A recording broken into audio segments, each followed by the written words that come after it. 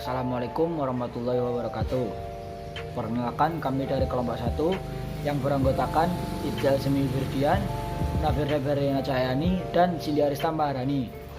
Pada kesempatan kali ini, kami akan menjelaskan tentang krisis moneter, politik, hukum, dan kepercayaan. Apa itu krisis moneter? Krisis moneter adalah krisis yang berhubungan dengan keuangan suatu negara, ditandai dengan keadaan keuangan yang tidak stabil, lembaga keuangan dan nilai tukar mata uang yang tidak berfungsi sesuai harapan. Krisis ini pernah terjadi di Indonesia.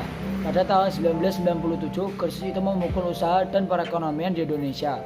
Latar belakang penyebab krisis moneter: 1. Kesenjangan produktivitas akibat lemahnya alokasi aset ataupun faktor produksi. 2.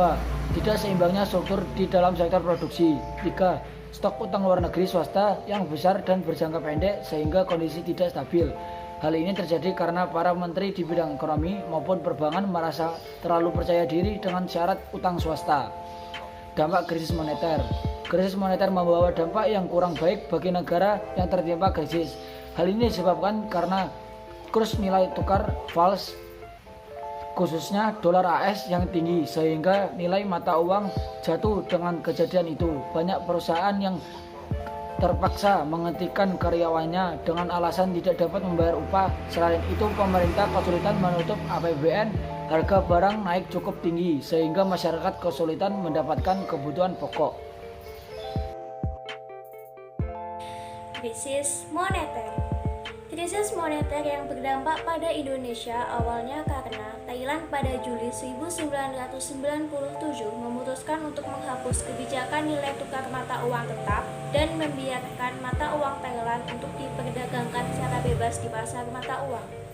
Situasi ini mendorong Presiden Soeharto meminta bantuan dari International Monetary Fund atau IMF.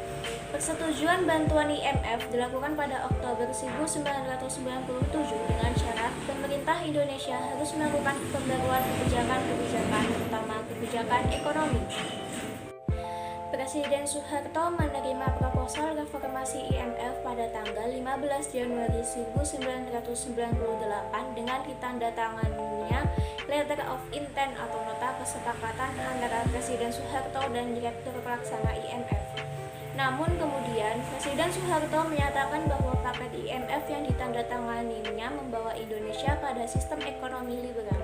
Hal ini menyeratkan bahwa pemerintah Indonesia tidak akan melaksanakan perjanjian IMF yang berisi 50 butir kesepakatan tersebut. Situasi tarik-menarik antara pemerintah dan IMF itu menyebabkan krisis ekonomi semakin memburuk.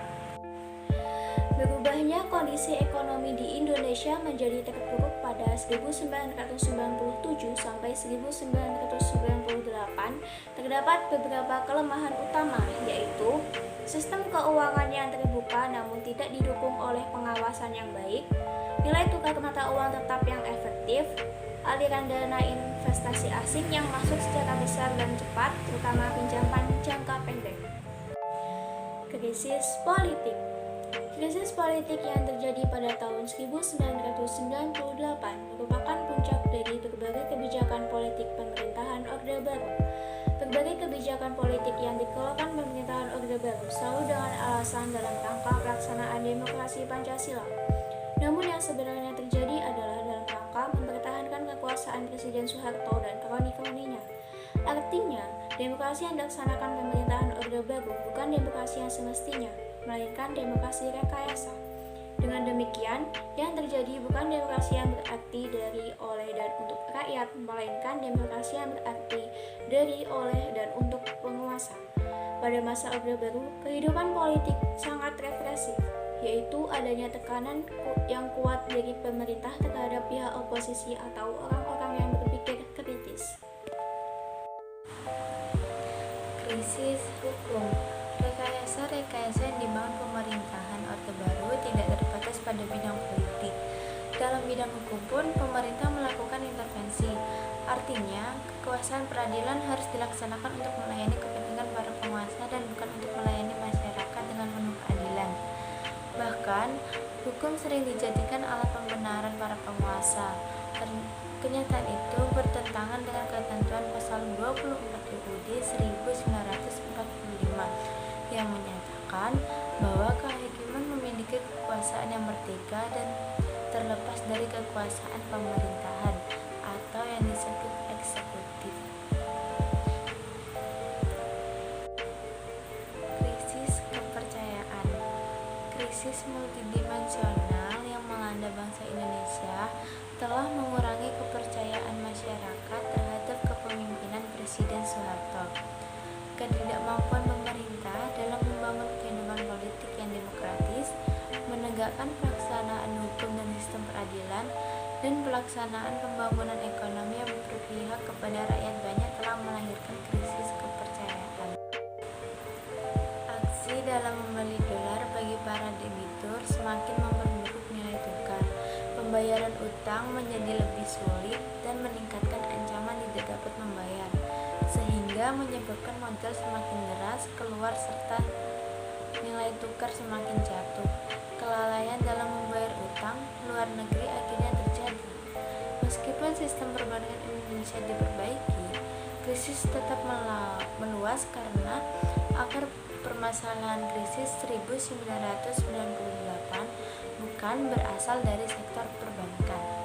Namun, dalam hal politik Indonesia mengalami kendala yang menyangkut prinsip, di mana kondisi Indonesia yang menganut sistem pemerintahan demokrasi kenyataannya menganut sistem otoritarian. Hal tersebut kemudian ditambah dengan sikap Soeharto yang menjadikan kondisi perekonomian tersebut sebagai instrumen untuk melakukan tindakan KKN.